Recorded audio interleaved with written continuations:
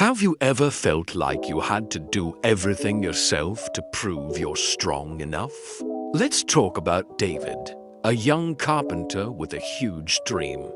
Opening his own large furniture store, David was incredibly talented. His hands could turn any piece of wood into a work of art.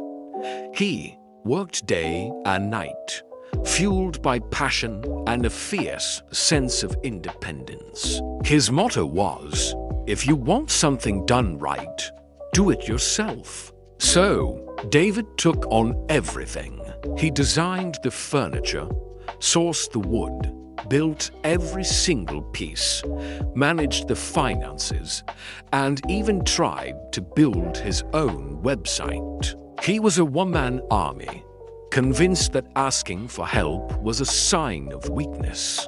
He believed that the success of his dream rested solely on his shoulders, and his alone. If he couldn't handle it all, he thought, then he didn't deserve to succeed.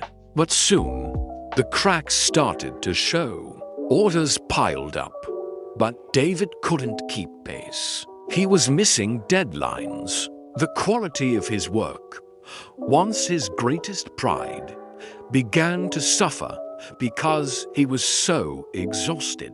His workshop, once a place of creation and joy, started to feel like a prison. He was so busy trying to do everything that he wasn't doing anything well. His dream was turning into a nightmare, and the stubborn independence he thought was his greatest strength was actually becoming his biggest obstacle. He was drowning, and he didn't even realize he was the one holding his own head underwater. One evening, staring at a half-finished chair he'd been struggling with for days, David finally broke down. He was burnt out, frustrated, and on the verge of giving up. His old mentor, a retired carpenter named Samuel, happened to stop by. Seeing the exhaustion on David's face and the chaos in the workshop, Samuel didn't say, "I told you so." Instead, he simply asked, "Why are you carrying this all alone, son?" Through his frustration, David confessed he felt like a failure for not being able to manage it all. Samuel smiled gently and shared a simple truth. True strength isn't about doing everything yourself. It's about knowing your limits and having the wisdom to build a team. He explained that even the strongest oak tree relies on its roots and the forest around it to thrive. He reminded David that his dream was to build a great furniture business, not just to be a solitary craftsman. That conversation was a turning point. David realized his pride was limiting his potential. He started reaching out. He hired a young apprentice to help with sanding and finishing. He asked a friend who was good with numbers to help with his bookkeeping.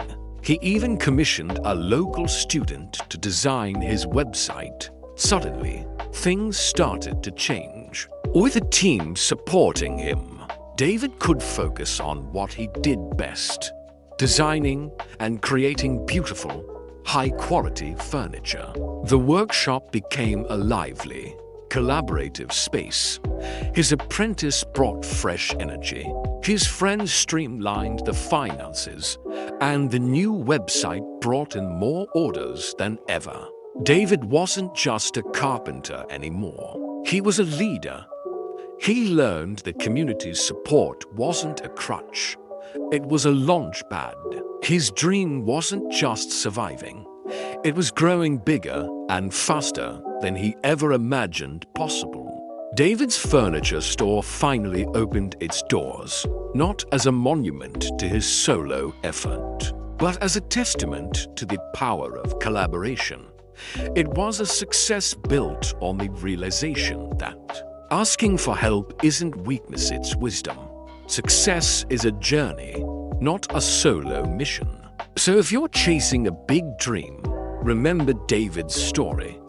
Don't let pride block your path. Know your limits, build your community, and understand that true strength lies in knowing you don't have to do it all alone.